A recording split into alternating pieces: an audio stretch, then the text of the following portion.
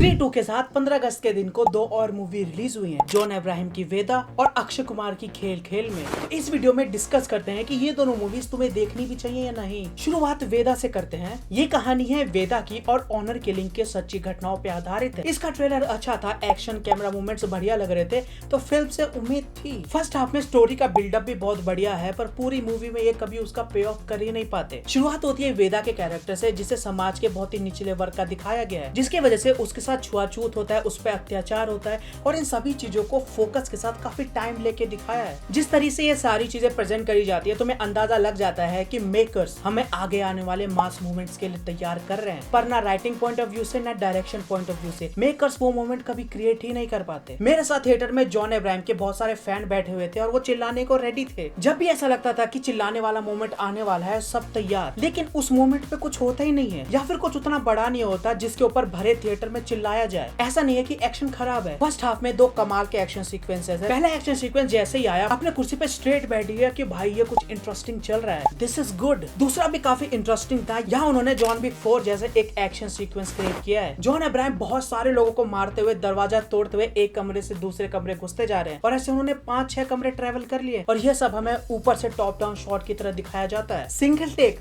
बहुत अच्छे से एग्जीक्यूट किया उसे। हाँ, बहुत लोग उसे कॉपी कहने वाले हैं, पर उसको इतने अच्छे से दिखा पाना बहुत मुश्किल है। फर्स्ट हाफ में एक्शन काफी न्यू लग रहा था, काफी इनोवेटिव लग रहा था, पर वही चीज इंटरवल के बाद जब रिपीट होने लगी तो उसने अपना इम्पैक्ट खो दिया। जब तुम पहली बार देखते हो कि कोई हीरो एक्शन कर रहा है और उसके साथ कैमरा घूम रहा है, वो चीज देख के तुम्हें बढ़िया लगता है, पर जब सेम एक्शन को, सेम कैमरा मूवमेंट्स को बार बार रिपीट किया जाता है तो वो अपना इम्पैक्ट खो देती है। सेम चीज इस फिल्म में है। इसकी सबसे बड़ी गलती ये है कि मेकर्स को समझ नहीं आया कि जो कहानी अभी तक उन्होंने क्रिएट की है, इसको कंक्लूड कैसे करें। ऑनर किलिंग के ऊपर पूरी कहानी चलती है। स्टार्टिंग में ये लोग उसको बिल्ड करते हैं, जिसका सोल्यूशन वो लोग एक्शन के द्वारा दिखाना चाहते थे। इससे रिलेटेड जॉन अब्राहम का मूवी में एक डायलॉग भी है कि मैं लड़ाई नहीं करता, वॉर करता हूँ। इसी डायलॉग के बाद इंटरवल आता है और उसके बाद एक अच्छा खासा एक्शन सीक्वेंस भी है, लेकिन फिर क्लाइमैक्स से पहले इनका पूरा प्लान चेंज हो जाता है। अब वायलेंस नहीं, ये लोग नॉन वायलेंस का सहारा लेंगे, कोर्ट जाएंगे, वहां जाके केस लड़ेंगे। वहां पे एक इमोशनल एंगल भी डाल दिया जिसका कोई इम्पैक्ट ही नहीं है। कोर्ट के अंदर जो क्लाइमैक्स वाली फाइट चल रही है, उसको भी जबरदस्ती इतना ज्यादा खींचा है कि एक पॉइंट के बाद वो भी इरिटेट करने लगता है। तुम्हें सोचो, एक प्योर एक्शन मूवी चल रही है और क्लाइमैक्स में जहाँ उसके एक्शन को पीक करना चाहिए, वहाँ पे हीरो और विलन एक्शन छोड़ के आपस में फिलोसफी की बातें कर रहे हैं, महाभारत की बातें कर रहे हैं। ये सिस्टम चलता ही जा रहा है। बात शुरू कहाँ हुई थी कि वो मूवी के कॉन्फ्लिक्ट को एक्शन से रिजॉल्व करेंगे, पर अब फिलोसफी की बातें हो रही हैं। इतना बड़ा टॉपिक इन्होंने उठा तो लिया, उसके अंदर एक्शन भी डाल दिया, लेकिन मैसेजिंग के चक्कर में ना उस मैसेज में दम रहा, ना एक्शन उतना ग्रेट रहा, और इम्पैक्ट तो भूल ही जाओ। वेदा के अंदर एक चीज जो मुझे बहुत ज्यादा पसंद आई, वो थी अभिषेक बैनर्जी का कैरेक्टर और उनकी परफॉर्मेंस। इस मूवी के अंदर सिर्फ वही एक किरदार है जिसके तुम्हें डिफरेंट लेयर्स देखने को मिलते हैं। एक ऐसा समाज इमेजिन करो जिसकी सोच बहुत ही पिछड़ी हुई है, वहाँ पे ऑनर किलिंग बहुत ही नॉर्मल सी बात है। वहाँ के लोग कैसे होंगे, इसकी एक थोड़ी बहुत इमेज तुम्हारे दिमाग में बन गई होगी। इनका कैरेक्टर इसलिए मुझे बहुत ज्यादा पसंद आया क्योंकि ये जो प्री डिफाइंड चीजें थी, इनका कैरेक्टर उनसे बहुत ज्यादा अलग है। जब भी ये तुम्हें स्क्रीन के ऊपर देखेंगे, उस समाज में ये अलग ही स्टैंड आउट करते हैं, और ऊपर से इनकी बढ़िया परफॉर्मेंस। तो ओवरऑल कहूँ तो वेदा एक decent one time watch movie है, जिसके पास पूरा पोटेंशियल था कि वो ग्रेट एक्शन मूवी बन सकती है, पर मैसेजिंग के चक्कर में सब गुड़ गोबर कर दिया। अब बात करते हैं खेल खेल में के ऊपर। तो ये कहानी है 7 दोस्तों की जो कि एक शादी में आए और रात में खेल खेलते हैं। सबका फोन टेबल के ऊपर रहेगा और पूरी रात किसी का भी फोन, मैसेज या ईमेल आता है, वो सबके सामने पढ़ा जाएगा। ये रीमेक है परफेक्ट स्ट्रेंजर्स की, जिसको मैंने नहीं देखा, and thank God for that, क्योंकि ये movie full on surprise packet है। ट्रेलर इसका फनी था, पर इसके मार्केटिंग और गाने देख के फिल्म से उतनी उम्मीद थी नहीं, पर फिल्म देखने के बाद मैं कहूंगा कि इसकी कॉमेडी स्त्री 2 के लेवल की है। हाँ, ये बात सुनने में थोड़ी ऑड है, मुझे भी अजीब लग रहा है। ऑब्वियसली स्त्री 2 के पास नॉस्टैल्जिया फैक्टर है, यूनिवर्स फैक्टर है, ऊपर से वो फिल्म हॉरर है। ऐसा खेल खेल में के पास कुछ भी नहीं है, फिर भी इसकी कॉमेडी मुझे बहुत ज्यादा पसंद आई। मैंने सोचा था कि वेदा मूवी के साथ इसका भी रोस्ट ही होगा, पर अच्छी निकल गई तो क्या करें। इसकी शुरुआत में ही तुम्हें हिंट मिल जाएंगे कि ये आगे जाके कितनी फनी होने वाली है। अक्षय कुमार एयरपोर्ट पे जाते हैं, वहाँ उनकी मुलाकात होती है चित्रांगना सिंह से, और जैसे ही वो दोनों मिलते हैं, पीछे देसी बॉयज का गाना चालू हो जाता है, if you know you know. बाकी सब कैरेक्टर्स भी ऐसे नहीं है जिन्हें तुमने पहले कभी देखा ना हो, लेकिन उनके बैक स्टोरीज और उनके लिए जैसी सिचुएशन क्रिएट करी है, जो कॉमेडी वहाँ से निकल के आती है, कुछ भी फोर्स नहीं लगती और क्रिंज नहीं होती। तापसी पन्नू, प्रज्ञा जायसवाल और ऑब्वियसली अक्षय सर की कॉमिक टाइमिंग्स मुझे सबसे ज्यादा पसंद आई। एक को हिंदी नहीं आती, एक को इंग्लिश नहीं आती, और दोनों ही बहुत ही सही मोमेंट्स पे सवाल पूछती हैं। मूवी के बहुत सारे जोक्स डायरेक्ट लैंड करते हैं और वो फनी है। कई बार उनके जोक्स के बाद जो रिएक्शंस दिखाए हैं, वो उसको और भी ज्यादा फनी बना देते हैं। फॉर एग्जाम्पल, मूवी के अंदर एक बहुत बड़ा रेवोल्यूशन होता है जो कि बहुत शॉकिंग न्यूज है, और जैसे ये बात बाहर आती है। अक्षय और वानी का कैरेक्टर सर पकड़ के नीचे बैठ जाते हैं। उस जोक, उस न्यूज से ज्यादा मुझे उन दोनों का रिएक्शन फनी लगा। फिल्म का इमोशनल एंगल भी लगभग उतना ज्यादा ही सॉलिड है। साथ ही ये लोग इमोशनल से कॉमेडी में ट्रांजिशन भी बहुत स्मूथली कर जाते हैं, जिससे इमोशनल सीन्स अपना इम्पैक्ट नहीं खोते और कॉमेडी तो फनी है ही। सबसे बड़ा पॉजिटिव पॉइंट, ये quality through out the movie consistent है। हाँ, बीच में कभी कभी थोड़ा ज्ञान और उल्टा चोर कोतवाल को डांटे वाले मोमेंट्स आ जाते हैं और निकल जाते हैं। एक्टिंग, म्यूजिक वाइज सब ठीक ही था, लेकिन गानों को टोटली अवॉइड किया जा सकता था। बैकग्राउंड म्यूजिक अच्छा था, पूरी मूवी में एक वाइब क्रिएट करके रखता है, जिससे जोक्स फनी लगते हैं। तो ओवरऑल कहूँ तो ये काफी अच्छी कॉमेडी मूवी है, हाईली रिकमेंडेड। तो अगर तुमने ये दोनों मूवीज देख रखी हैं तो अपने थॉट्स नीचे कमेंट्स में बता देना। बाकी अगर वीडियो पसंद आए तो इसको लाइक करो, अपने दोस्तों का शेयर कर देना, और अगर चैनल पे नए हो प्लीज सब्सक्राइब।